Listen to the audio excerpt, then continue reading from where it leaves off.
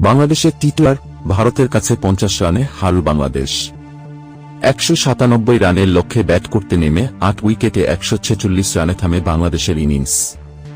লিটন দাস শুরুটা ভালো করলেও হার্দিক পান্ডিয়ার বলে ছক্কা হাঁকিয়ে পরের বলেই আউট হন। পাওয়ার প্লেতে 1 উইকেট হারিয়ে 42 রান তুললেও তানজিদ হাসান তামিম ধীরগতিতে 31 বলে 29 রান করেন। কুলদীপ যাদবের বলে এলবিডব্লিউ হন তিনি। তাওহিদ হৃদয়ও এলবিডব্লিউ হন মাত্র 6 বলে 4 রান করে। কুলদীপের তৃতীয় শিকার হন সাকিব আল হাসান।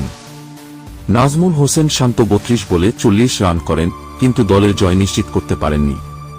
রিশাদ হোসেন 10 বলে 24 রান তোলেন, আর মাহমুদুল্লাহ করেন 15 বলে 13 রান। ভারতের কুলদীপ যাদব 3 উইকেট নেন 19 রানে এবং অর্শদীপ সিং ও জাসপ্রীত বুমরাহ নেন 2টি করে উইকেট। ভারত প্রথমে ব্যাট করে 196 রান তোলে।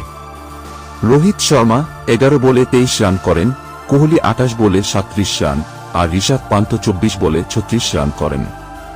হার্দিক পান্ডিয়া 27 বলে 50 রান করে অপরাজিত থাকেন। প্রিয় ভিউয়ার্স, আপনাদের একটি লাইক ও সাবস্ক্রাইব আমাদের অনুপ্রেরণা। আপনাদের গুরুত্বপূর্ণ মন্তব্য আমাদেরকে জানাতে পারেন। ধন্যবাদ।